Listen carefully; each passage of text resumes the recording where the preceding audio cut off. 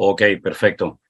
Muy bien, queridos hermanos. Pues vamos a comenzar este Pastor Online con oración y espero que todos ya estén preparados y también que tengan su Biblia a mano, ¿vale? Porque la idea de esta reunión es aprender y estudiar juntos de la palabra del Señor. Entonces, no sé si Alberto se ve la otra cámara que hemos puesto hoy. Sí. Ok, perfecto. Señor Jesús, te damos muchísimas gracias por esta nueva oportunidad que nos das de poder estar aquí reunidos en torno a tu presencia y a tu palabra.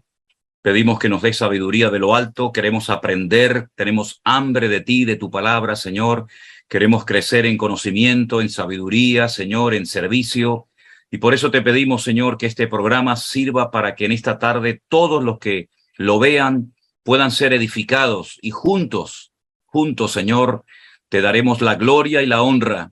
Y queremos, Señor, servirte mejor, estar mejor instruidos en la palabra para que nadie nos engañe, para que sepamos discernir, diferenciar en todo momento la verdad de la mentira, la tiniebla de la luz, y que tú nos dirijas, Señor, y que todos salgamos contentos, edificados y fortalecidos después de haber estado este tiempo, Señor.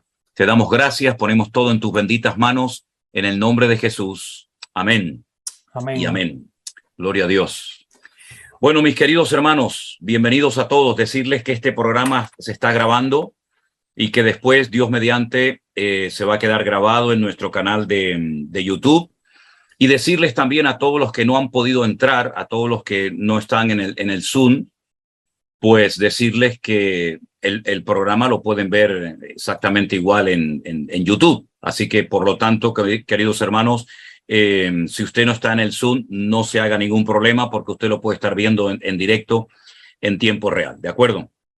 Bueno, hermanos, antes de responder a la pregunta de cualquiera de ustedes, yo no sé, Alberto, si las hermanas que el otro día se quedaron sin poder participar están en el chat. ¿No ves a ninguna? No veo a ninguna. Voy a mirar ahora en la sala de espera, pero por lo menos aquí en directo no hay ninguna de las que la semana pasada se quedaron sin contestar.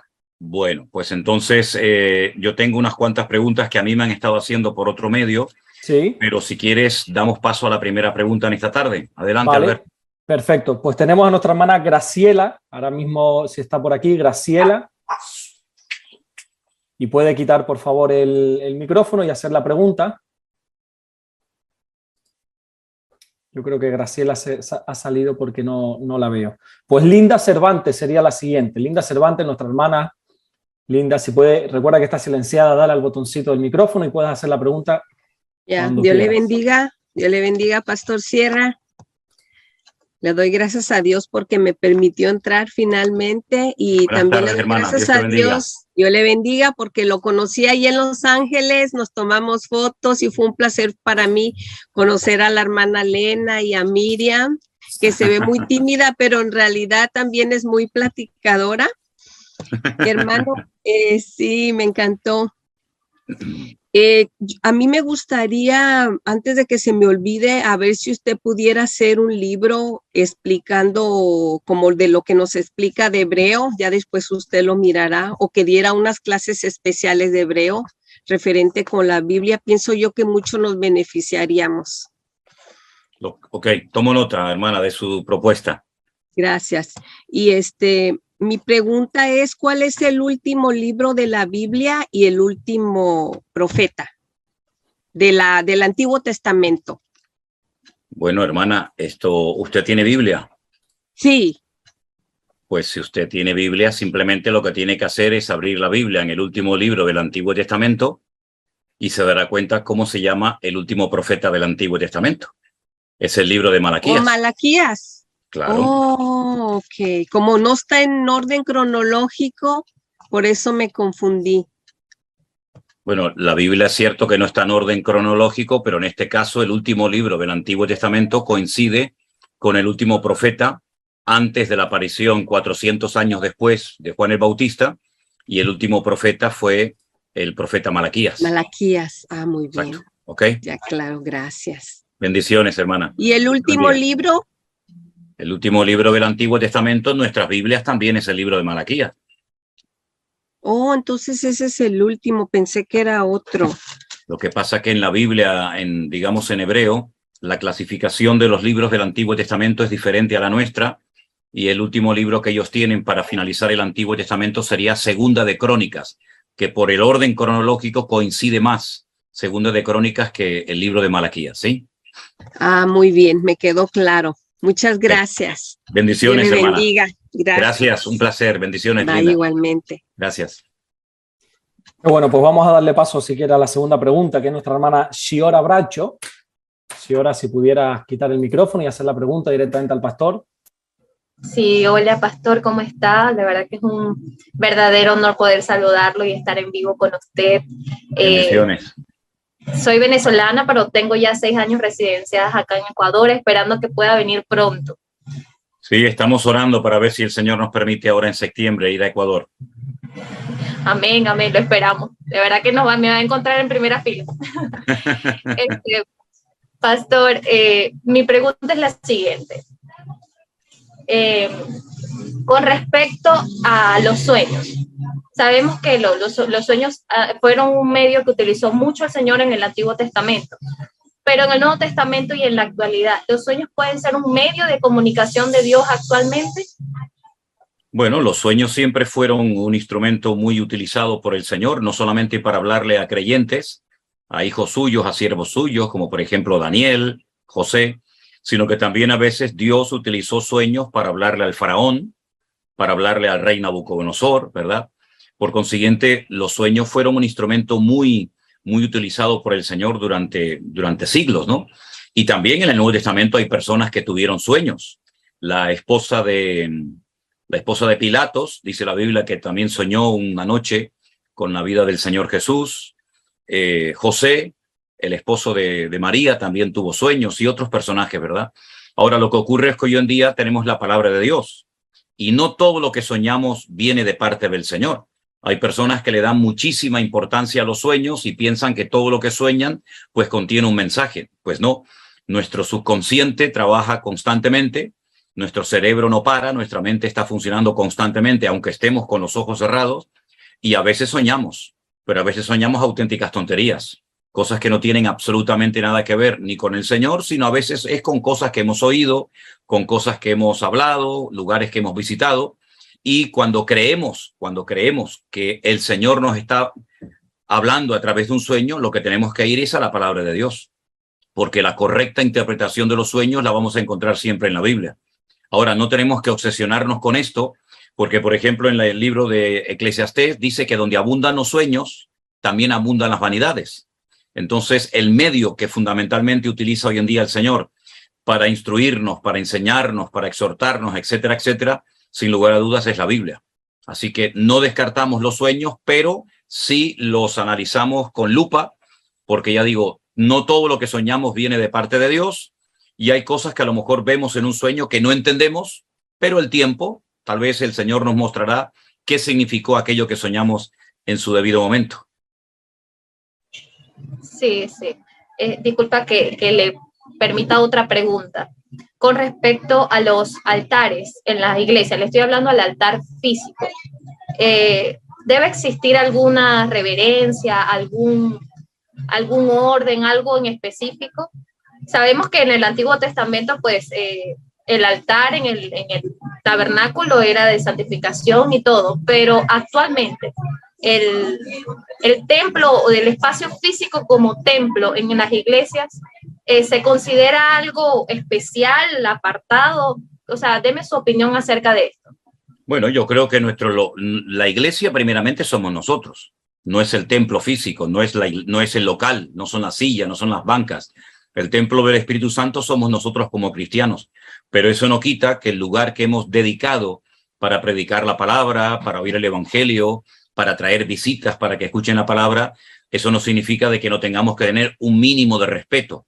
No es que vamos a adorar a la iglesia, porque en ese templo físico me refiero, no habita el Señor, pero eso no significa de que eso sea un relajo, un desorden, y de que allí parezca cualquier cosa menos un lugar dedicado exclusivamente a predicar la palabra de Dios. Yo creo que ni tanto ni tampoco.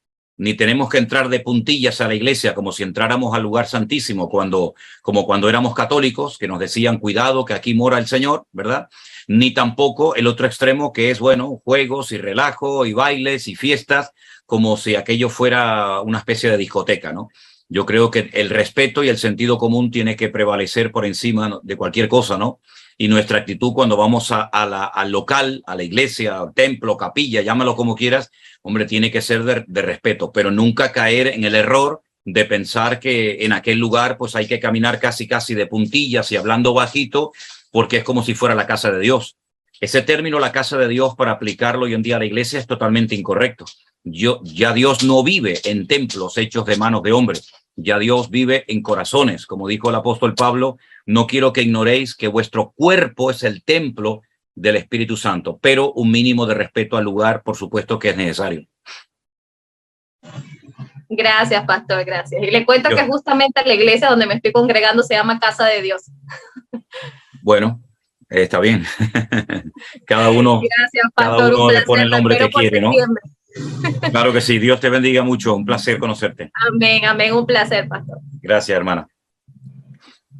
Bueno, pues vamos a seguir dando paso a la siguiente pregunta. Vamos ahora con Sandy Luna, que tiene una pregunta. Nuestra hermana Sandy, si puedes quitar el micrófono. Dios le bendiga, pastor. Mi pregunta es sobre el Viejo Testamento. Hay un término que se usa a los hijos de profeta. Hoy en día, ¿hay escuela de profeta? Y mi segunda pregunta referente a eso, ¿cuál es la diferencia entre el don y el ministerio de profeta? Ok, con el tema este de los profetas se han dicho muchas cosas y lamentablemente también muchas cosas humanas que no tienen nada que ver con el contexto de este don o de este ministerio hoy en día. El profeta en el Nuevo Testamento es el que predica.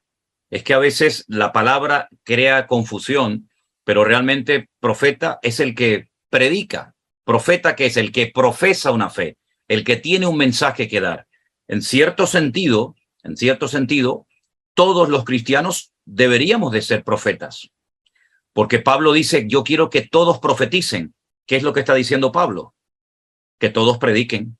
¿O es que acaso no tenemos un mensaje que transmitir al mundo? Todos tenemos un mensaje que transmitir al mundo. Ahora, si analizamos el ministerio de los profetas en el Antiguo Testamento, no tiene absolutamente nada que ver con lo que hoy en día vemos en el Nuevo Testamento o en nuestros tiempos. ¿Por qué? Porque en el Antiguo Testamento Dios tenía una relación nacional con el pueblo de Israel. No con todas las naciones, solamente con el pueblo de Israel. Y por medio, a través de los profetas, Dios le comunicaba el mensaje al pueblo. El profeta era en cierto sentido como una especie de voz, la voz de Dios, el representante de Dios en medio del pueblo. Había que recurrir al profeta para buscar palabra de Dios, porque la gente ni tenía las escrituras, como nosotros hoy en día, ni tenían tampoco una relación personal con el Señor.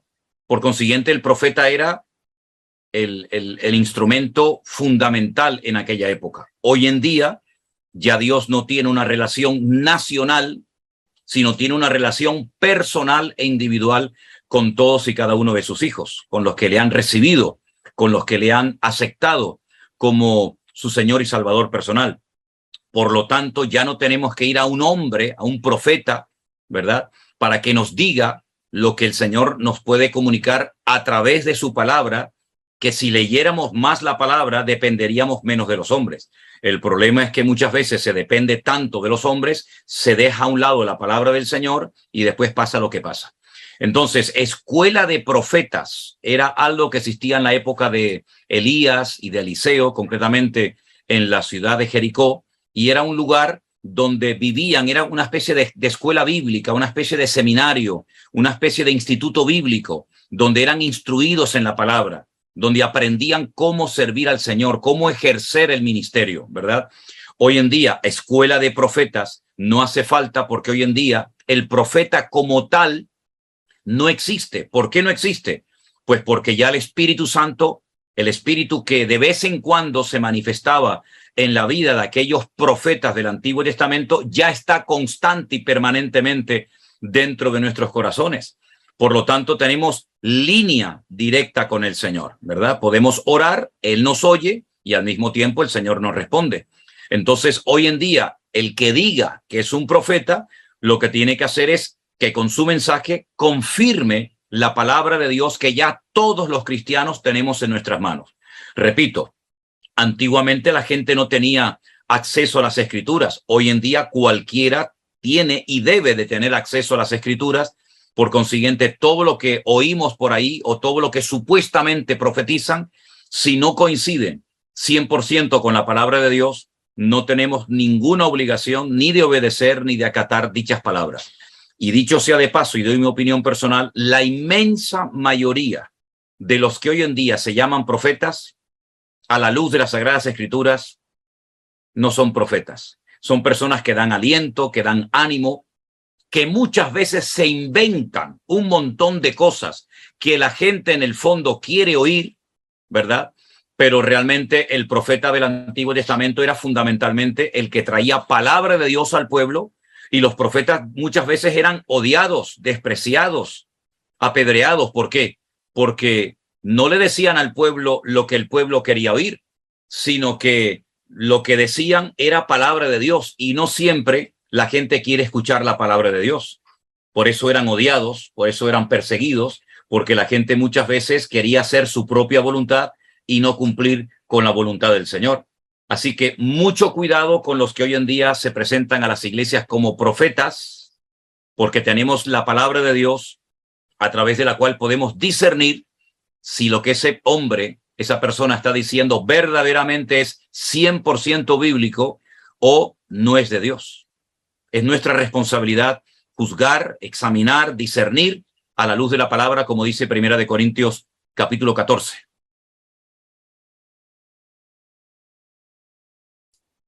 Así mismo.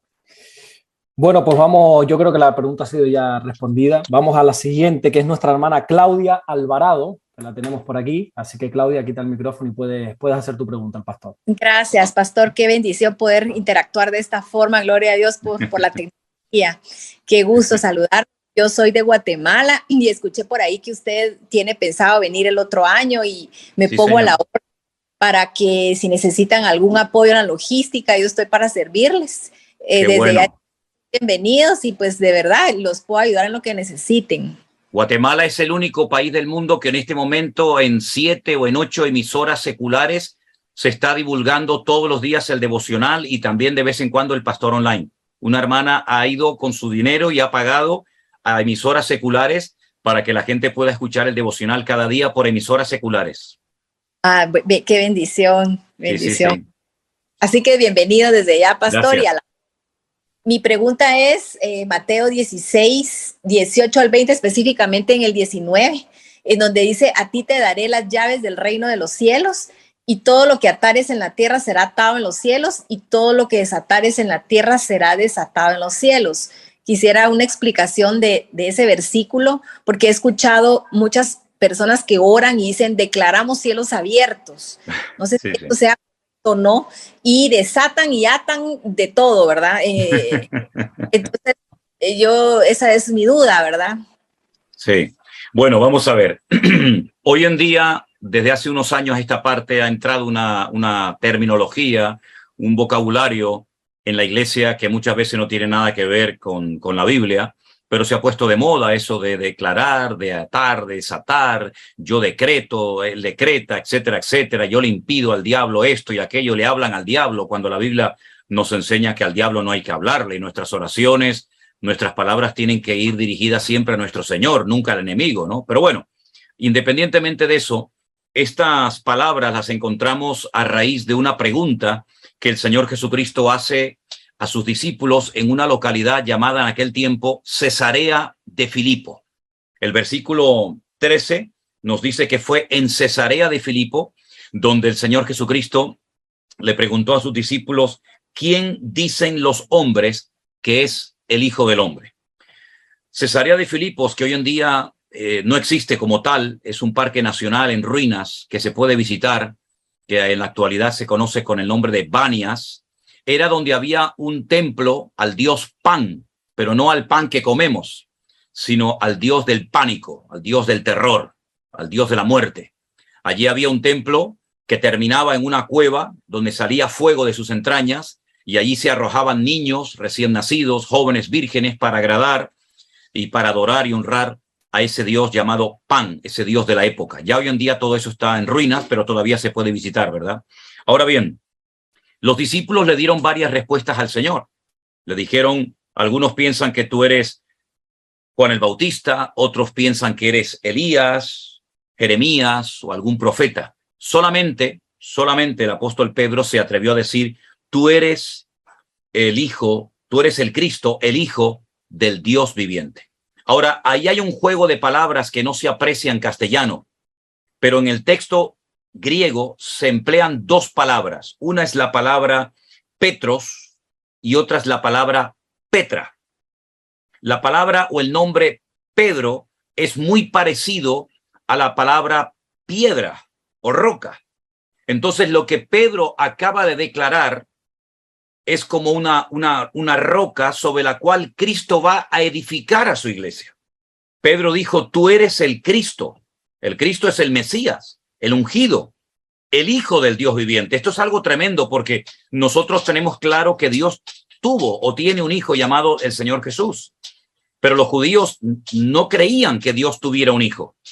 Pero cuando Pedro dice, tú eres el Hijo del Dios viviente, del único Dios vivo y verdadero, está haciendo una declaración tremenda, hasta el punto que el Señor Jesucristo lo felicitó y públicamente dijo, bienaventurado eres, Simón, hijo de Jonás, porque esto que acabas de decir no te lo enseñó carne ni sangre, si no lo aprendiste en la escuela, no te lo enseñó tu papá, tu mamá, en una sinagoga, un rabino, sino esto es una auténtica revelación que viene de lo alto. Entonces le dice a Pedro que sobre esa declaración, sobre esa auténtica roca, ese fundamento de que Cristo es el Hijo de Dios, yo voy a edificar a mi iglesia. Claro, los católicos entendieron que era sobre la figura de Pedro que Cristo iba a edificar a la iglesia. Imagínate edificar la iglesia sobre un hombre. Sería un disparate, ¿no? Pero los católicos creen que allí el Señor lo nombró como ya el primer papa de la iglesia y sobre Pedro el Señor edificó la iglesia. Y allí, en Capernaum, donde vivía Pedro, hay una estatua que se ve a Pedro con unas llaves. La palabra llaves aparece mucho en el Nuevo Testamento. Aparecen las llaves del Hades y del infierno, aparecen las llaves de David, aparecen las llaves de la muerte, y ahora aquí se mencionan las llaves del reino de los cielos. La pregunta es, ¿para qué sirven unas llaves? Solamente para dos cosas, o para abrir o para cerrar una puerta. No tiene otra utilidad. Abren o cierran puertas. ¿Qué es lo que le está diciendo el Señor a Pedro en este momento? Yo te voy a dar la oportunidad y el privilegio de abrir la puerta para que personas que no forman parte de mi iglesia en la actualidad, es decir, los gentiles, oigan el evangelio. Cuando Pedro, años más tarde, está en Jope, la actual Jaffa, esperando que le den de comer, dice que tuvo una visión donde vio todo tipo de animales limpios e impuros. Y le dijo el Señor, si tienes tanta hambre, levántate, mata y come. El Señor estaba mostrando una lección espiritual, pero él le dice al Señor, no, porque yo nunca he tragado, yo nunca he comido animales inmundos. En 3 ocasiones le dice otra vez no al Señor. Al rato vienen unos soldados romanos enviados por un tal Cornelio, centurión romano que vive en Cesarea a 2 días y medio, casi 3 de viaje. Él va con ellos y cuando llega a la casa de Cornelio se encuentra un montón de gente preparadas para oír el evangelio. Él les predica el evangelio y allí el Señor los visita, allí la gente se convierte y entonces él entendió el significado de a ti te daré las llaves. Él fue el primer hombre que le predicó en la historia a gente no judía, es decir, a gentiles. Esto le causó algunos problemas porque después lo interrogaron en la iglesia primitiva en Jerusalén. Pero esto fue lo que el Señor le quiso decir. A ti te daré las llaves del reino. Es decir, te voy a dar el ministerio de poder alcanzar a los gentiles. Lamentablemente solamente fue una vez hablar a los gentiles. Después ya no quiso ir más. Dice que a él se le había encargado el ministerio, el evangelio de la circuncisión. Nada más lejos de la realidad. Y fue el apóstol Pablo el que tuvo la visión de ir a otras naciones, a otros países, a otras culturas. alcanzar a miles y a miles de gentiles. Pero eso no entendemos, que el Señor quería que él fuera un predicador a los gentiles, cosa que después no hizo. Pero lo de atar y desatar, ahí es donde hay problemas. Vamos a sustituir la palabra atar y desatar por permitir o no permitir, permitir o impedir. Leamos el texto. A ti te daré las llaves del reino de los cielos, y todo lo que permitas en la tierra será permitido en los cielos, y todo lo que impidas en la tierra será impedido por los cielos. Es decir, la predicación del evangelio abre o cierra puertas. Nosotros con nuestros ministerios podemos llevar a la gente a la bendición y a la presencia del Señor, o a la ruina y al desconocimiento total y absoluto. Eso es lo que significa atar y desatar, permitir o no permitir. Permitir la ignorancia. ¿Quién tiene la culpa de que la congregación sea ignorante? Bueno, el instrumento que Dios ha puesto para impedir que la ignorancia se apodere de la iglesia y que venga la luz y el conocimiento a través de la predicación del evangelio. Entonces, cuando nosotros no cumplimos con nuestras funciones como creyentes, automáticamente, pues estamos impidiendo que la gente se convierta y que la gente conozca la libertad en Cristo Jesús. Por lo tanto, somos nosotros los que, abriendo o cerrando la boca, permitimos o impedimos que las almas se conviertan y pasen de muerte a vida y sean salvos y conozcan a Cristo como su Señor y Salvador personal. Esto es a grandes rasgos, mi hermana Claudia, lo que significa esta tremenda conversación que el Señor mantuvo con Pedro. No sé si te ha quedado lo suficientemente claro. Si no... No, sí, pastor, súper bien claro. Es decir, okay, la gente que declara y decreta, eso no es correcto. El único que declara y decreta es el Señor. Nosotros decimos amén a lo que Dios diga. Yo no soy nadie para declarar o decretar. Yo anuncio, predicar y por todo el mundo predicando el evangelio. Quien decreta, un decreto es una orden, y nosotros no estamos en este mundo para dar órdenes. Nosotros estamos en este mundo para obedecer las órdenes que nos da el Señor y para decir amén.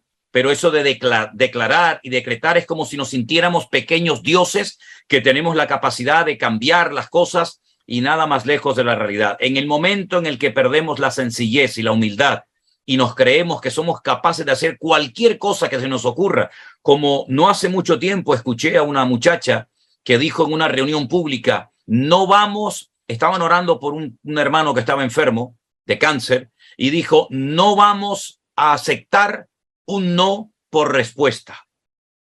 Esto para mí es un insulto a la voluntad de Dios. Yo voy a aceptar un no si mi Dios dice no. Y yo voy a aceptar un sí si el Señor dice sí. Yo acepto lo que sea. El Señor Jesucristo le dijo, Padre, pasa de mí esta copa, mas no se haga mi voluntad, sino la tuya. ¿Quién somos nosotros para decirle a Dios, si me respondes que no, no lo voy a aceptar? Como si fuéramos un niño caprichoso, consentido. Yo creo que nos hace falta tener la humildad de darnos cuenta de que diga lo que diga el Señor y diga lo que diga Él y lo que decrete Él, mi obligación es decir amén, porque la voluntad de Dios siempre es lo mejor para nuestras vidas. Amén, pastor, gracias. Y me uno a la hermana anterior, estaría yo muy feliz de recibir clases de hebreo. Bueno, pues entonces vamos a tener, escuchen, yo les digo una cosa, yo hace algún tiempo grabé unas clases de hebreo bíblico básico que creo que deben de estar en nuestro canal de YouTube. Lo que pasa es que se grabaron hace mucho tiempo. No sé cómo se buscarían, pero a lo mejor pueden poner en YouTube clases de hebreo por el pastor Manuel Sierra y seguramente aparecerán. Son clases que las grabé hace algún tiempo. Seguramente tendré que grabar más, lógicamente, pero sí me gustaría a lo mejor por Zoom dar algunas clases de hebreo bíblico para todos ustedes, pero de momento vayan viendo esas clases que van a aprender mucho. Muy bien, pastor, muchas gracias, bendiciones. Me voy a salir para darle la oportunidad a alguien más. Gracias, mi hermana, Dios te bendiga, un placer conocerte, gracias. Desde ya, gracias. Sigue viendo el pastor online en YouTube, que está en directo, ¿sí? Gracias, amén. Bendiciones, mi hermana, bendiciones. Yo aprovecho también para decir que yo me sumo a esas clases. Ahí en el canal de YouTube, Centro Evangélico Vida Nueva, en el apartado que pone listas, si uno entra ahí están todos los devocionales unidos, todas las predicaciones, y hay un apartado que pone clases de hebreo. Y ahí creo que son 6 o 7 vídeos Ahí están todos puestitos por orden, ¿vale? En lista, clases de hebreo, y ahí estamos. Ah, estupendo. Bueno, ahí tienen algo de material para empezar. Sí, pero yo me sumo también a esas clases, ¿eh? Perfecto. Bueno, la siguiente pregunta la va a realizar Stephanie Gómez, así que le invitamos a que quite el micrófono y puede hacer la pregunta cuando quiera. Bendiciones, pastor. Buenas tardes, Bien. hermana. Dios le bendiga. Amén, amén. Aparezco allí como Stephanie Gómez, pero les voy a dar la explicación. El caso es que esta lacto es de mi hija porque mi móvil no tiene buen sonido, entonces no me quería perder, pues. Es el nombre de mi hija ahí. Muy bien, hermana. Gracias, pastor. De verdad que ha sido una idea genial que usted haya dado este pastor online así. Es una emoción grande. Yo soy venezolana, estoy residenciada en Perú. Ajá. Una de las cosas, sé que usted es un maestro, sé que a mi vida vino de parte de Dios como pastor, porque estaba en la búsqueda de un pastor de sana doctrina. Me encantó cuando usted dio aquel montón de libros. Yo no los puedo adquirir, pero sin embargo los tengo anotados, los diccionarios. Eso me encantó y desde ahí pues yo quedé, ¿no? Le tengo una pregunta, más bien es de estudio, porque gracias a usted precisamente he tenido mayor dedicación a estudiar, pero para entender, para comprender. Y tengo una duda en Primera de Samuel 31 con relación a la muerte del rey Saúl. Donde dice acá, en 31, versículo 4, entonces dijo Saúl a su escudero, saca tu espada y traspásame con ella, para que no vengan estos incircuncisos y me traspasen y me escarnezcan. Mas su escudero no quería, porque tenía gran temor. Entonces tomó Saúl su propia espada y se echó sobre ella. Y viendo su escudero a Saúl muerto, él también se echó sobre su espada y murió con él. Y dice acá en el 6, así murió Saúl en aquel día. Ok, entonces mi pregunta está relacionada con el capítulo 1 del segundo libro de Samuel, donde dice entonces que llegó una amalecita a conversar con el rey David, y le dijo, David le preguntó, ¿qué ha acontecido? Te ruego que me lo digas. Y él respondió, el pueblo huyó de la batalla y también muchos del pueblo cayeron. Son muertos también Saúl y Jonatán. Dijo David a aquel joven que le daba las nuevas, ¿cómo sabes que ha muerto Saúl y Jonatán su hijo? El joven que le daba las nuevas respondió, casualmente vine al monte de Gilboa y hallé a Saúl que se apoyaba sobre su lanza y venían tras él carros y gente de a caballo. Y mirando él hacia atrás, me vio y me llamó. Y yo le dije, heme aquí. Y me preguntó, ¿quién eres? Y yo le respondí, soy Amalecita. Él me volvió a decir, te ruego que te pongas sobre mí y me mates, porque se ha apoderado de mí la angustia, pues mi vida está aún toda en mí. Yo entonces me puse sobre él y le maté. Voy a dejarlo hasta ahí porque es allí donde tengo mi duda. Y no es una duda, es una, ¿cómo le digo? Quiero escuchar su respuesta porque usted siempre, como lo ha dicho antes, para lo que dice el Señor, eso es sí y amén. Pero aquí se trata de un hecho, de un acontecimiento. Entonces a mí me llamó la atención, de hecho quedé así como que en shock cuando yo veo, bueno, ¿y quién lo mató? Se mató y bueno, murió. mire, hermana, le comento rápidamente. Ya. El relato verdadero se encuentra en Primera de Samuel capítulo 31. Esa es la realidad. Saúl se quitó la vida. Saúl se acostó sobre su propia espada y se quitó la vida, se suicidó.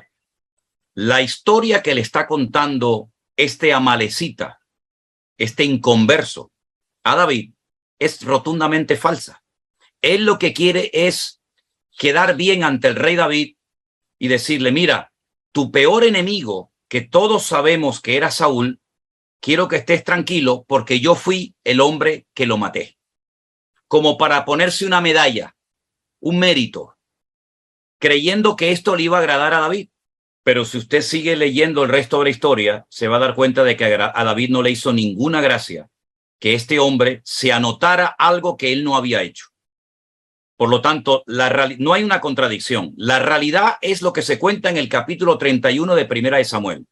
Y este perverso, queriendo quedar bien ante los ojos del rey David, cuenta una mentira y se inventa la historia de que fue Saúl el que le pidió a él que por favor lo matara, y entonces haciéndole un gran favor al rey Saúl, cogió y lo mató, y resulta que ahora se lo cuenta a David como para quedar bien ante los ojos de David, y fue la peor equivocación de su vida, porque David también podía haber matado a Saúl en varias ocasiones y nunca lo hizo, y ahora se atreve a contar esta mentira. Por lo tanto, no hay contradicción. La verdad es Primera de Samuel capítulo 31, y lo falso es lo que este señor se inventa para quedar bien delante de David.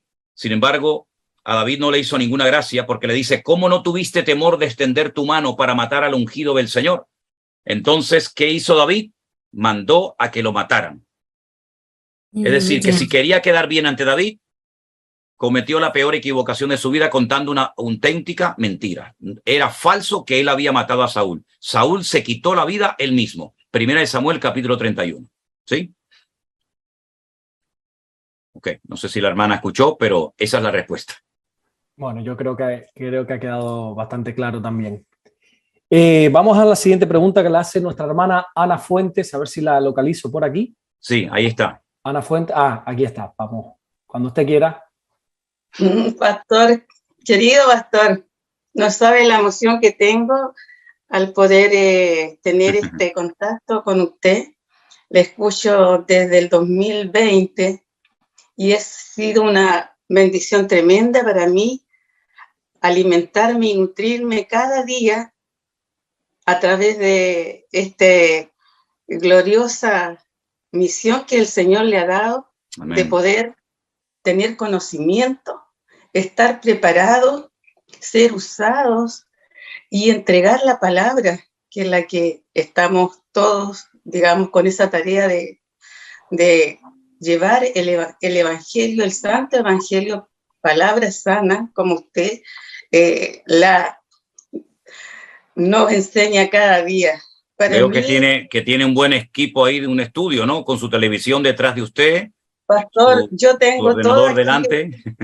Y ha sido una bendición, pastor. Me nutro todos los días y todo el día, pastor, buscando esa información tan alineada con la palabra del Señor, que es tan necesaria hoy en día.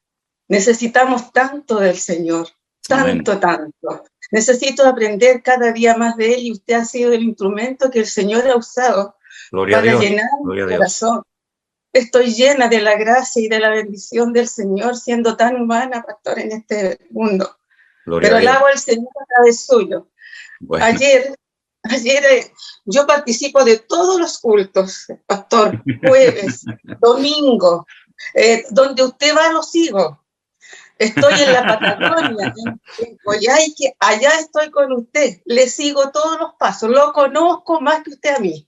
Así que seguro, eso seguro, hermana, seguro. Sí, un gran abrazo, pastor, para usted. Todos los días oro al Señor, le pido al Señor por su ministerio, que Él le siga usando, le dé la salud, el ánimo, pastor, y es mi admiración por ese ánimo y esa salud que el Señor le da todos los días y le fortalece. Amén. Un abrazo a su hija en especial, a Priscila, que también oré mucho por ella, por ese bebecito que me imagino que tiene lleno el corazón de todos ustedes y también de nosotros, porque ver cómo el Señor responde en el lugar que estemos, en la situación que estemos, cómo es de honra y gloria para sus hijos. Amén. El Señor tiene su oído atento y su mirada puesta en cada uno de nosotros, y eso es una gran bendición, pastor. Tendría mucho que hablarle, tengo a ver... Hágame la pregunta, hermana, hágame la pregunta. Sí, pastor. Mire, la verdad, las cosas que usted es tan claro y nos enseña tanto, pastor, que ha sacado muchas dudas y me ha enseñado muchísimo. Son muchas las preguntas, pero usted las ha ido enseñando día a día, y eso no podemos dejar de reconocerlo, y gloria a Dios por eso. Pero, pastor, aunque lo tengo claro y usted lo ha enseñado, como para hacerle una pregunta, la verdad de las cosas, yo fui bautizada por, digamos, imposición de mano, ¿cierto? Pertenezco a una iglesia presbiteriana, así que usted se imagina, es una imposición de mano. Pero bíblicamente vemos que el bautizo es como el Señor Jesús fue bautizado en las aguas, ¿ya? Claro. Porque eso nos enseña la palabra. Entonces siempre queda en mi duda, ¿es válido este bautizo de imposición de mano del mismo modo que si hubiese sido por inmersión? No, mire, hermana, le respondo rápidamente, ¿sí? Para también dar lugar a otras personas. Mire, nosotros tenemos que hacer las cosas según la Biblia, ¿verdad? En las iglesias, en las distintas denominaciones que existen hace mucho tiempo, pues existen costumbres, tradiciones, etcétera, pero todo eso tiene que coincidir 100% con las Sagradas Escrituras, ¿verdad? Las iglesias todas tienen que imitar a Jesús y todas tienen que seguir los mandamientos como dice la palabra del Señor. Y bueno, si en la iglesia presbiteriana con una imposición de manos creen o pretenden que eso es el sustituto de un bautismo en agua, pues con todos mis respetos, eso no es así, se confunden rotundamente. El bautismo es un bautismo en agua. La imposición de manos es otra cosa, pero el bautismo es por inmersión. El Señor Jesucristo se sumergió en las aguas del río Jordán, lo bautizó Juan el Bautista, no le impuso las manos. Y los 3,000 que se convirtieron en el día de Pentecostés fueron bautizados por inmersión. Y cuando llegó el etíope eunuco a una parte del desierto donde viajaba montado en su carro con Felipe, le dijo, aquí hay agua. ¿Qué impide que yo sea bautizado? Felipe no le impuso las manos, Felipe lo bautizó. Por lo tanto, yo creo que lo que usted tiene que hacer es lo que dice la Biblia, hermana, bautizarse en agua conforme al mandamiento bíblico y bueno, llegará en su momento, el Señor le dará la oportunidad, pero yo creo que lo que a usted le hicieron no tiene nada que ver con lo que la Biblia ordena de bautizarse en agua, recordando la muerte y la sepultura, la resurrección del Señor Jesucristo, como símbolo de que hemos muerto a la antigua vida y resucitado una vida nueva. Así que en ese sentido, la iglesia presbiteriana se equivoca rotundamente. No se puede sustituir la costumbre de imponer las manos a una persona con el bautismo en agua. Son dos cosas completamente diferentes. Y usted no ha sido bautizada. Ahora, permítame decirle a usted y a todos, porque veo que lo dice mucho, no se llama bautizo. Bautizo es lo que hacen los católicos. Nosotros lo que practicamos es el bautismo. No bautizos, sino bautismo. Esa es la gran diferencia. Entonces, usted tiene que ser bautizada, como dice la palabra de Dios. Así que ore para que el Señor le dé la oportunidad de que lo pueda hacer en su momento. ¿Le parece? Gracias, pastor. La verdad de las cosas es que sí, es una presentación solamente. Y ojalá que Dios me dé la oportunidad de también, porque con esto de la pandemia, los cultos y reuniones son escasas. Y yo, la verdad de las cosas, que participo más con ustedes. Toda la semana. Sí. Nosotros hemos cubierto la necesidad de muchas personas que lamentablemente me comentan que hasta el día de hoy todavía no se pueden congregar en sus congregaciones, lo cual me parece sinceramente a estas alturas una barbaridad, ¿no? Incluso muchas iglesias que se han cerrado, así que bueno, no se preocupe, hermana, el deseo Dios se lo ha puesto en su corazón y él que le puso el deseo le dará también la oportunidad de poder bautizarse cuando llegue el momento oportuno. No se preocupe por eso, ¿de acuerdo? Dios le bendiga, hermano. Un abrazo, pastor. Igualmente, un abrazo, bendiciones, hermana querida. Amor del Señor, cariños y protección del Señor para toda su familia y usted. Amén. Dios le bendiga, hermana. Gracias por su palabra. Gracias. Gracias. Qué bueno. Bueno, vamos a pasar a otra pregunta. Nuestra hermana Katia, que la estoy viendo por aquí, Katia Sánchez, tenía una pregunta para hacer. Ajá. Buenas tardes. Buenas tardes, hermana. En Eclesiastés 4, ¿Perdón? 4:12. Sobre el dolor de 3 dobleces. Primeramente, muchas gracias, ¿verdad? No quiero tomar tiempo. Gracias, hermano, por ser usado por el Señor. De verdad que nos ha bendecido mucho. A mi esposo, a mi hermana, a cuanta gente conozco le paso su, para que los vean, ¿verdad? Porque más que nada estamos aprendiendo a disfrutar de la palabra de Dios, que eso es, gloria a Dios, eso es bien importante. Estamos aprendiendo a navegar en la palabra de Dios y le doy gracias a Dios por ustedes, por su vida y que Dios los siga bendiciendo. Gracias, hermana. Entonces, muy amable. Pregunta cordón de 3 dobleces, ¿a qué se refiere? O sea, perdón, ¿qué versículo me dio en Eclesiastés, verdad? Eclesiastés 4:12. Habla sobre caminar, mejor caminar 2 y así, pero Eclesiastés 4:12. Sí. Ok. En el capítulo 4 del libro del Eclesiastés, que fue escrito por el hijo del rey David, por Salomón, él viene hablando acerca de cosas que son mejor que otras, ¿no? Por ejemplo, en el versículo 9 dice, mejores son 2 que 1 porque tienen mejor pago de su trabajo. Está haciendo una comparación. Si usted trabaja sola, ganará un sueldo. Si trabajan 2, ganarán 2 sueldos, serán 2 entradas. Dice, aparte, si cayeren, el uno levantará a su compañero, pero hay del que cae solo, porque ¿quién lo va a levantar? Entonces, él está estableciendo comparaciones entre el ir solos por la vida y entre unirse a otra persona. Entonces, él pone el ejemplo en el versículo 12. El 12 me dijo, ¿verdad? Sí, cordón de 3 dobleces no se rompe pronto. Es decir, él está utilizando una costumbre de unir cuerdas. Ustedes las mujeres saben hacer trenzas, ¿verdad?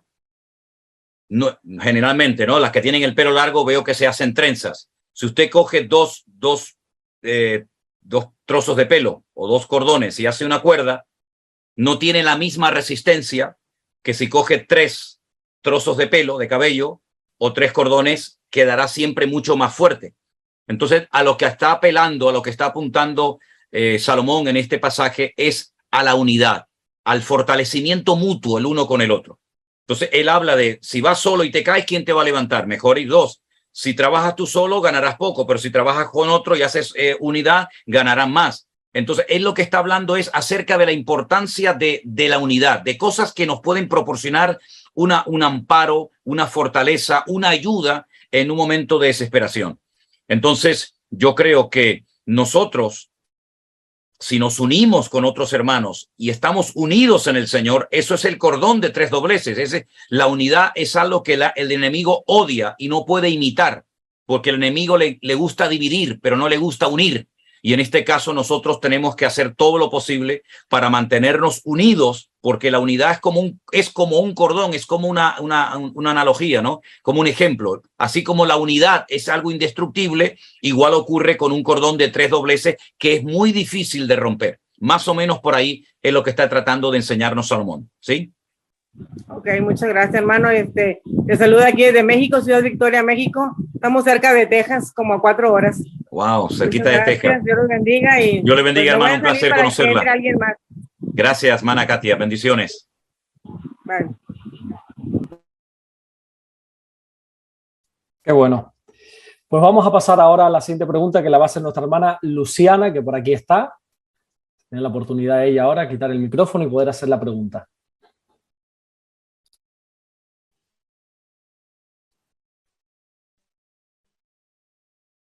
¿Nos escucha, Luciana? Yo la veo en la pantalla, pero... Sí, pero se ha quedado como congelada, ¿verdad? Sí, debe hacer mucho frío. Sí. Gracias, le damos. No se escucha, si está ahí medio paralizado. Podemos darle de momento lugar a otra persona y luego Sí. Luciana puede entrar un poquito más tarde, ¿sí? Vale, perfecto. Ok, Pues vamos adelante. la siguiente pregunta sería Rosy Pérez, en lo que Luciana arregla su vídeo y su audio. Rosy Pérez sería la siguiente en preguntar. Ok. Está por aquí Rosy Pérez. Ahí. No, recuerde que está silenciada. Tiene que darle al botoncito. Oh, ahí se salió. Le fue a dar al micrófono y se salió. La pobre. Ahora a ver si la encuentro, la vuelvo a añadir aquí. Ok. Pues la Rosy siguiente Pérez sería... salió, sí. La siguiente sería María de los Ángeles. Ella sí está ahí, que la estamos viendo. Sí. Ahí está. Pastor, el Señor le bendiga. ¿Me escucha? Buenas tardes, hermana. Dios le bendiga. Bienvenida. Dios le bendiga. Qué gusto, pastor, escucharlo y verlo. Bueno, primero felicitarlo, hermano, porque siento que este es un tiempo que nosotros los cristianos tenemos de gran bendición. Yo creo que esta es una... Hay un nuevo, perdón, que mi hijita quiere también ya mismo hacer una pregunta. Pienso que este es un tiempo en el que el Señor nos está dando la oportunidad a todos los cristianos de tener un nuevo avivamiento. Lo ha utilizado usted. Y yo siento, hermano, que así como el Señor le depositó la sabiduría a Salomón, en este momento se la ha depositado a usted. ¿Qué más quisiera yo tener la sabiduría de Salomón? ¿Qué más quisiera yo? Sí, pero usted tiene una sabiduría tremenda, hermano, porque usted, mire, yo tengo 21 años conociendo al Señor, pero nunca he tenido un conocimiento en estudio, ni tampoco lo que tiene que ver con doctrina. ¿Ya? Entonces, más con usted llegó, yo usted lo conocí en el 2020, usted llegó y calzó y empezó a unir, a hacer ese engranaje en ese conocimiento cristiano, hermano, bastante fuerte. Yo creo que no solo me pasó a mí, fue como un detonante en miles y millones de personas. Entonces, usted ha sido el escogido, por favor, usted ha sido el escogido y el Señor le ha dado la sabiduría para esto. Y le agradezco mucho, hermano, que trabaje, que usted y su familia trabajen para la obra de Dios de esta manera. Amén. Sin quitarle mucho tiempo, quería hacerle la consulta porque nosotros tenemos altar familiar en mi familia. Bueno, todos los días pues leemos la palabra de Dios, oramos y esto con mis niñas, pues tengo 2 niñas menores, una de 14 años y una de 6 años. Y mi pregunta está en el libro de Primera de Samuel, capítulo 28, a partir del verso 3. En concreto, mi pregunta es... o sea, como que a nosotros, o más que nada las niñas también consultaron, quedó como un vacío. ¿Cómo así? Por medio de esta divina, recibe palabra del profeta Saúl. O sea, es como una sesión de espiritismo que hicieron, ¿verdad? Entonces, a consultar a muertos y todo este tipo de situaciones. Entonces quedó ese vacío. Sí, eso, y quería decirle algo más, pastor, por si no nos da el tiempo. Tengo entendido que usted va a Ecuador. Si es que usted va a mi provincia, a Manabí, bienvenido. Y bueno, yo creería que también podemos servir allá y todo. Y si mi casa puede servir de logística, pues me avisa. Yo estoy en la provincia. Bueno, está mi hermana en la provincia de Manabí, porque yo estoy acá en New Jersey, en Estados Unidos. Perfecto, hermana. Entonces, pues muchas gracias. A las órdenes. Gracias. Muy amable. Te lo agradezco.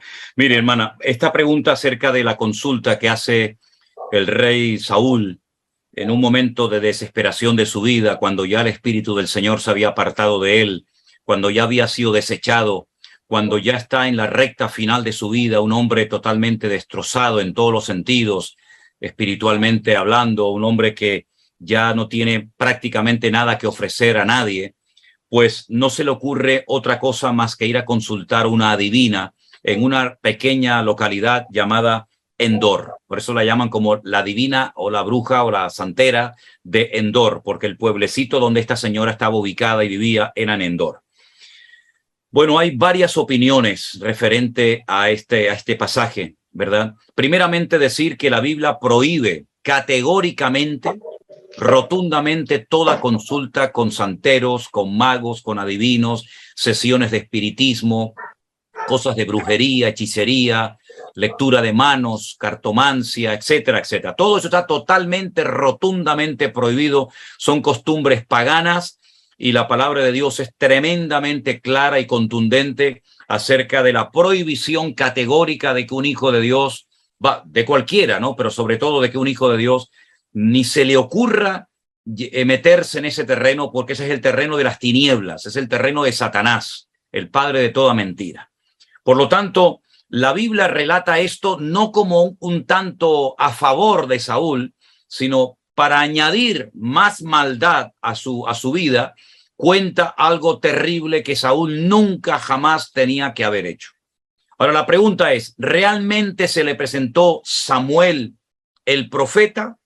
¿O fue una falsa imitación por parte de un demonio, por parte de un espíritu maligno que imitó a Samuel?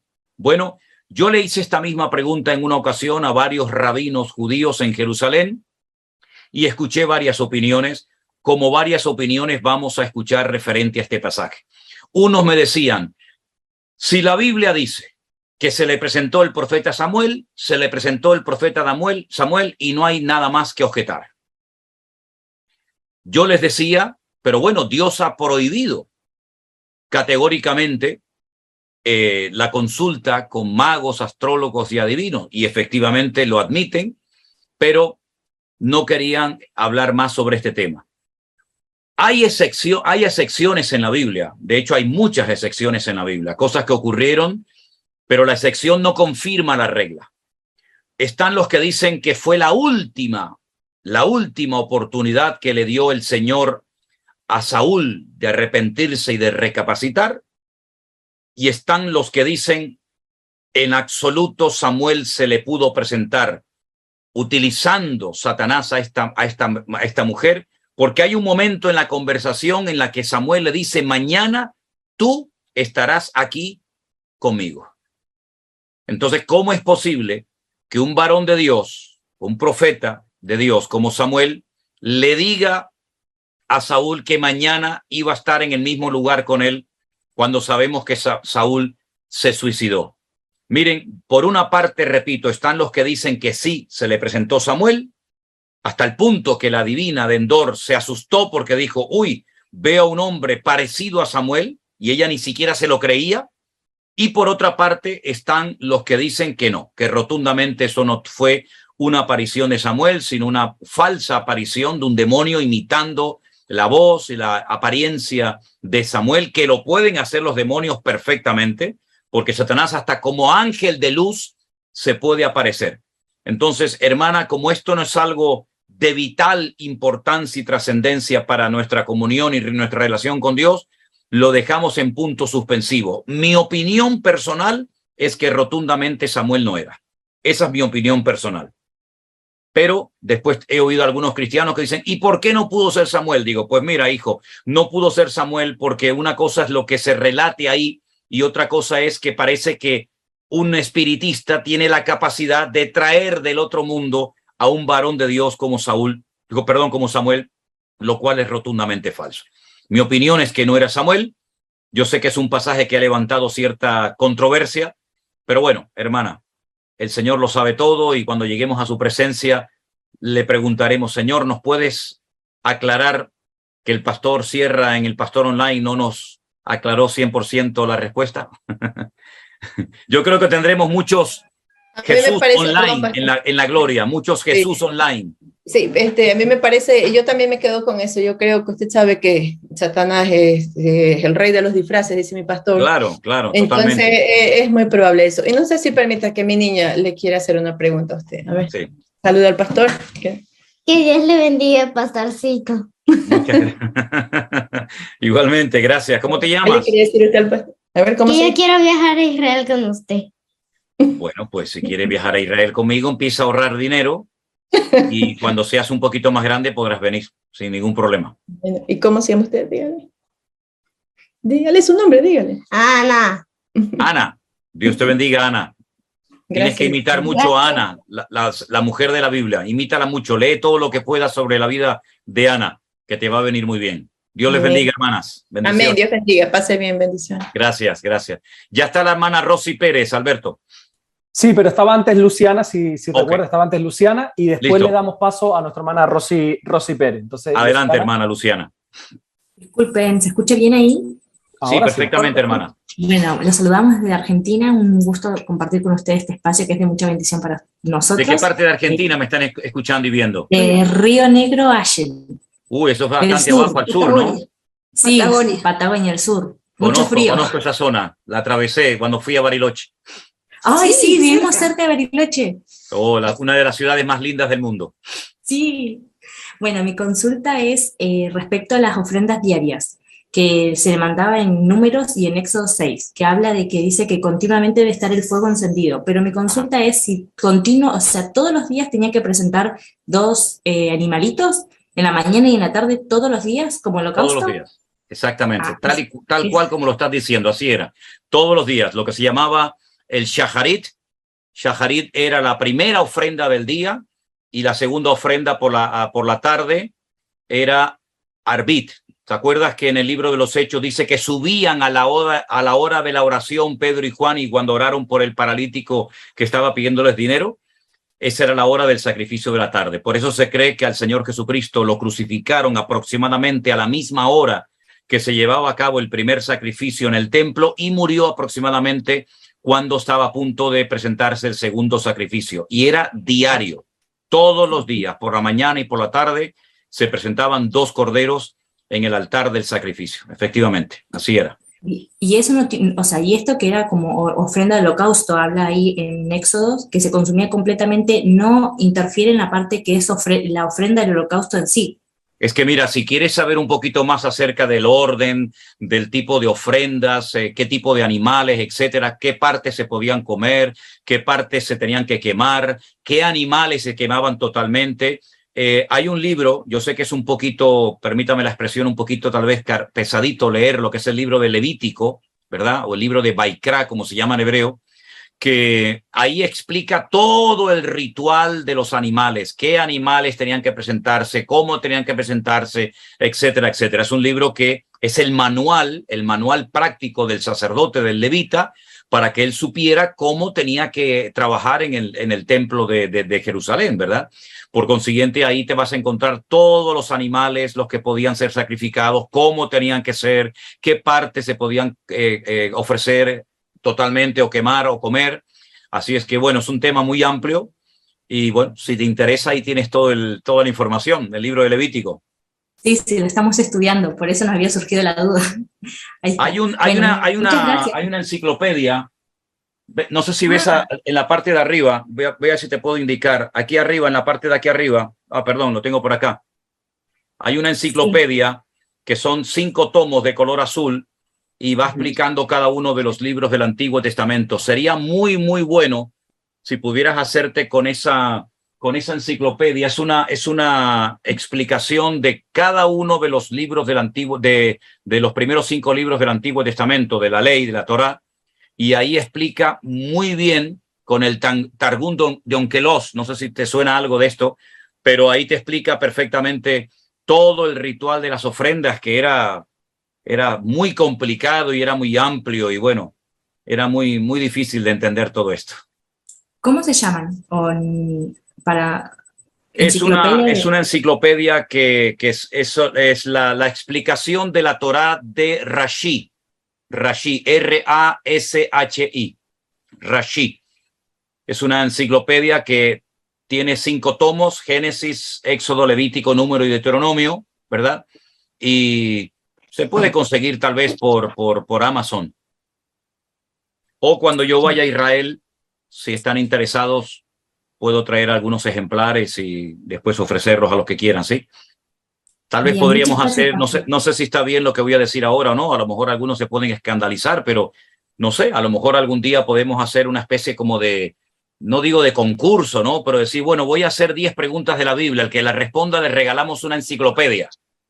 Sí. No sé, se me ocurrió ahora, no se ilusionen mucho, pero lo digo porque pesa mucho traer esto en la maleta, ¿no? Pero no sé, Alberto, ¿qué te parece, no? Traer algún día unas cuantas enciclopedias de Israel y decir, bueno, a los más aplicados, a los más listos, le vamos a hacer unas preguntas y si las responden le mandamos un regalo a su casa, ¿no? Me parece estupendo. Ahora, mientras estabas compartiendo, busqué en Amazon y efectivamente sí está esa enciclopedia, sí. Ok, pues mándale la información a estas hermanas de Argentina que están interesadas. La voy a poner por el grupo de aquí que estamos en directo ahora y lo pongo. Ahí le manda Alberto la información. Perfecto. Genial. Saludos, Argentina. Gracias. Pues vamos a pasar a la siguiente pregunta, que ahora sí nuestra hermana Rosy Pérez, que ya tiene hasta el micro quitado también. Así que cuando quiera puede hacer la pregunta. No se vaya ahora, hermana Rosy. No, ahora no me voy. Estoy aquí. Bueno, hola, Pastor José Manuel Sierra. Llamo desde Barcelona. De Barcelona, qué bueno. Bueno, a un pueblo en Granollers, la ciudad de Granollers. Claro. A 20 kilómetros de Barcelona. Buena noche. Estamos al lado del Montseny, esa ciudad, esa montaña tan guapa que tenemos en Cataluña, Montseny. Entonces, bueno, Bien, una cosa, primeramente sí, quiero yo también felicitarle porque tiene una capacidad de memoria que Dios le ha dado. Para mí es que me admira. Yo como que no tengo, la verdad, no tengo, y la que tenía se me va marchando ya con el tiempo, pero es que tiene una capacidad de memoria que yo digo, Dios mío, qué ventaja y qué don más bueno. Pues hermana Rosy, yo le digo de verdad, para la gloria del Señor, se lo digo a usted y se lo digo a todos, que estoy tremendamente agradecido y sorprendido por la memoria que el Señor me ha dado. Seguro, seguro. Y gracias al Señor, cada vez me da más. Y yo estoy muy agradecido porque además, como yo predico sin papeles, pues me viene muy bien. Imagínense si yo tuviera problemas de memoria, imagínense cómo podría predicar. Sí, está claro que es así.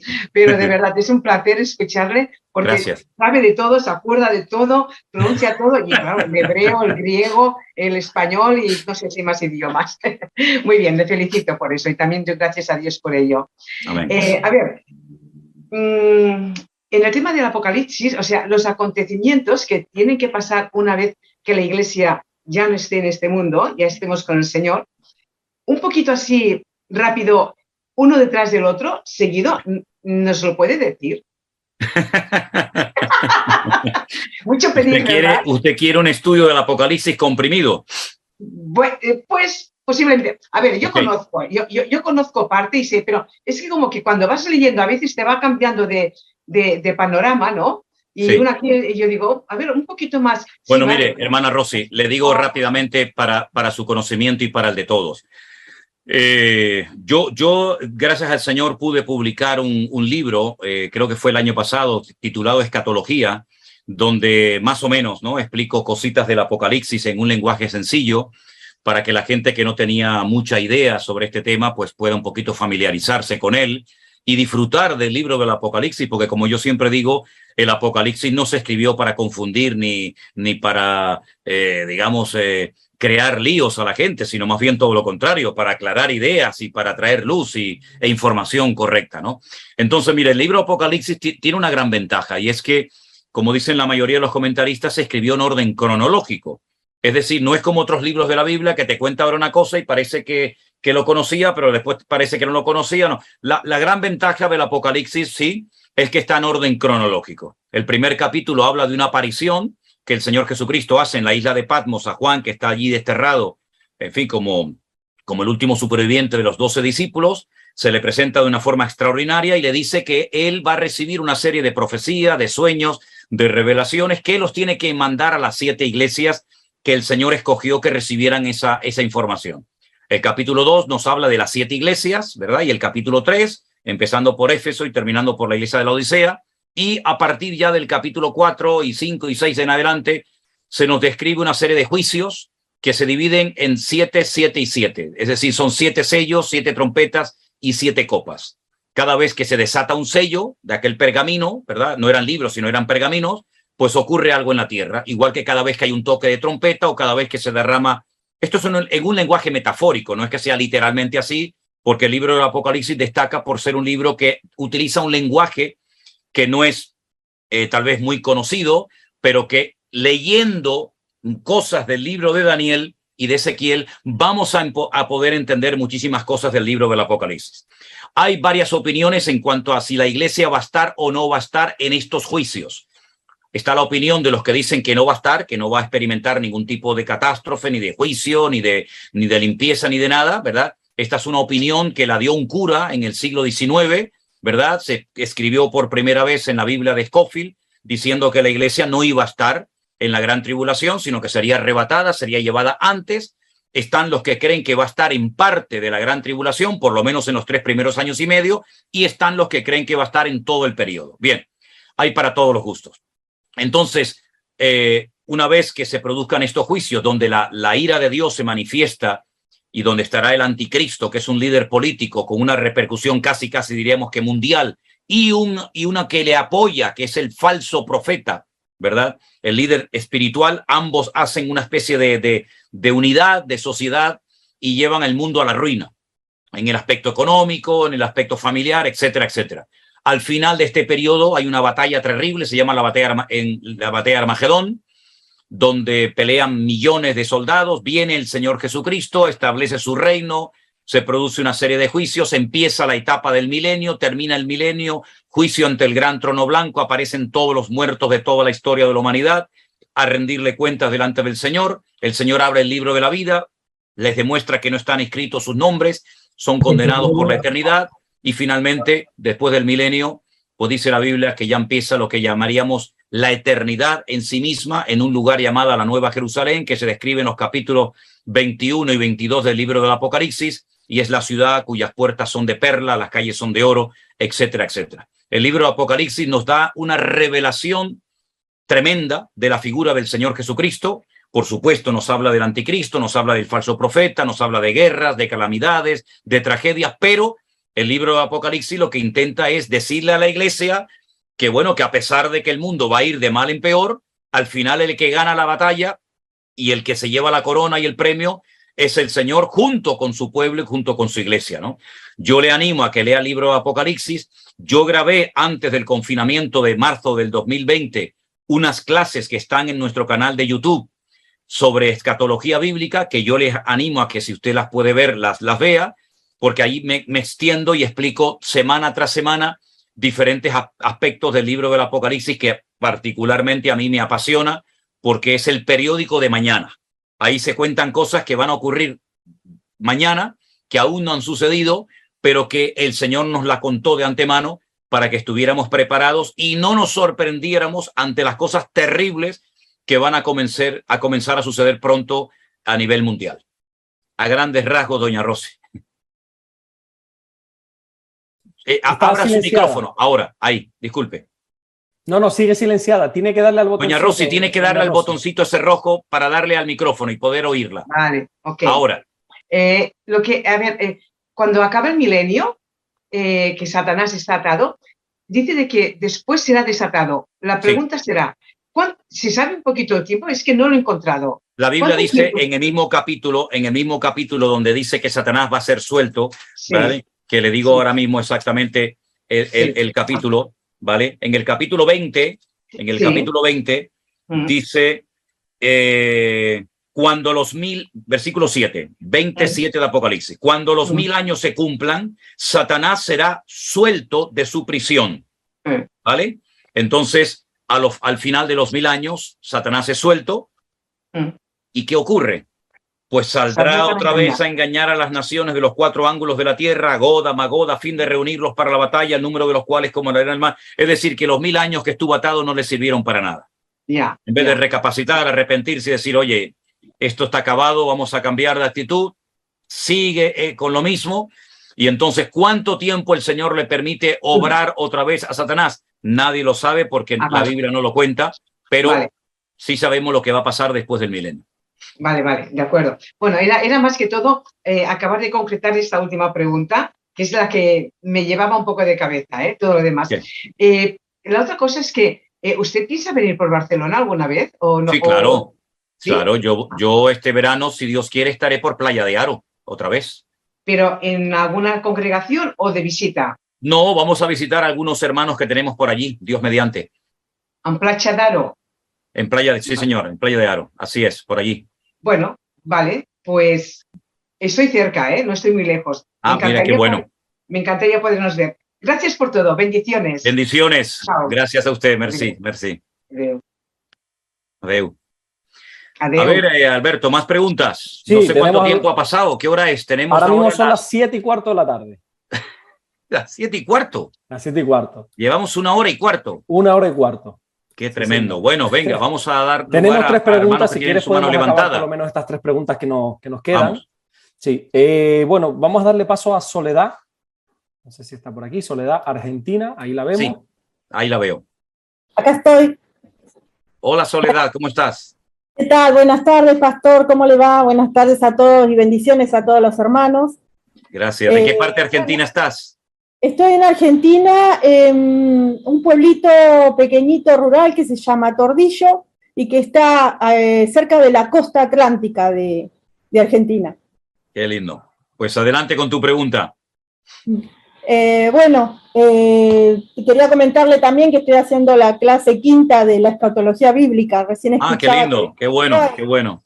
muy claro lo que está explicado ahí, así que los animo a que lo vean y que lo pregunten también, que anden ahí. Bueno, le quería preguntar, en Hechos 16:31, cuando dice, ellos dijeron, cree en el Señor Jesucristo y serás salvo tú y tu casa. ¿Qué significa cuando dice, no, tú y tu casa serán salvos? ¿Qué significa si esto es así? Cuando en otro pasaje nos dice que la salvación es individual. Okay. ¿Cómo se explica esto? El relato que estás mencionando es algo que sucedió una noche en una cárcel en la ciudad de Filipo.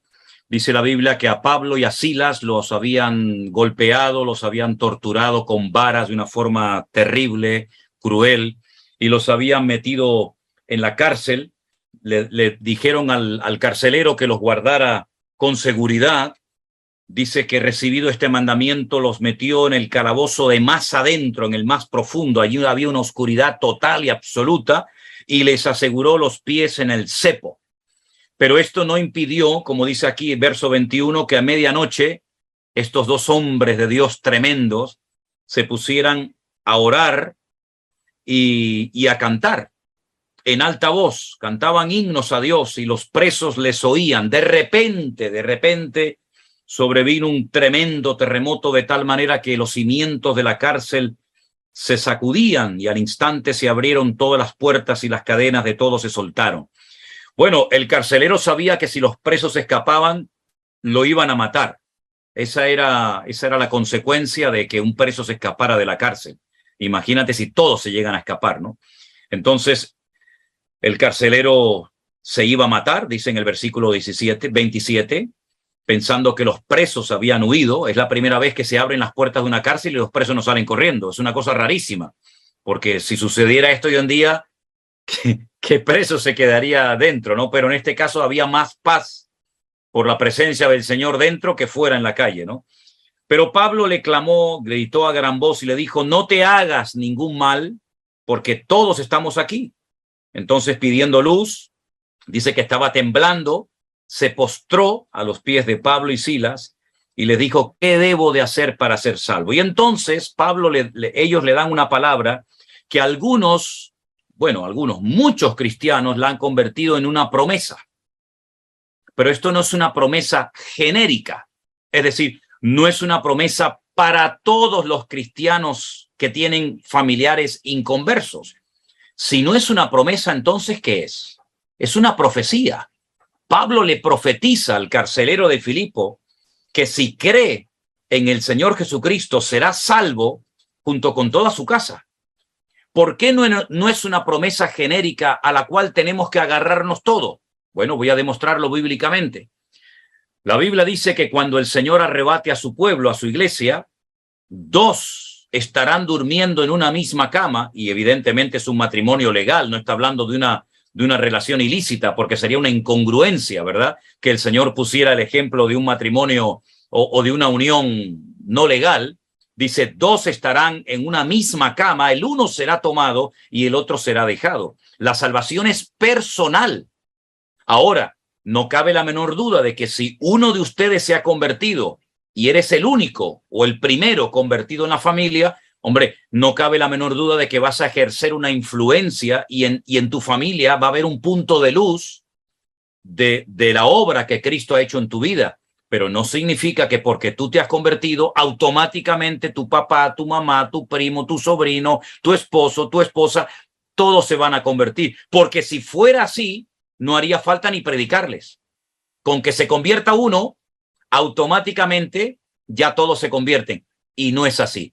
Lo que pasó en la cárcel de Filipo fue una palabra que el Señor le dio específicamente, que se cumplió al pie de la letra esa noche en la cárcel, pero no es una promesa que dio el Señor para todos los convertidos. Es decir, si tú te has convertido y tu esposo, tu esposa, tus hijos, etcétera, no son convertidos, tu deber, tu responsabilidad es evangelizarles.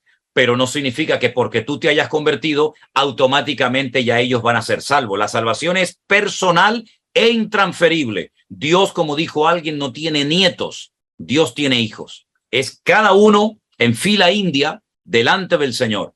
No sirve que uno se convierta por el resto de la familia. ¿Me explico? Sí, sí, muy claro, la verdad, muy claro. Lo entendí ahora. Gracias, Soledad. Dios te bendiga. Bendiciones. Bendiciones para todos. Gracias. Gracias, mi hermana. Gracias. Adelante. Qué bueno. Pues vamos con la siguiente pregunta que la va a hacer nuestra hermana Maritza Fajardo. Maritza Fajardo. ¿Está por ahí? A ver si aparece la hermana Maritza. Creo que no, no la veo. Bueno, vamos a la siguiente.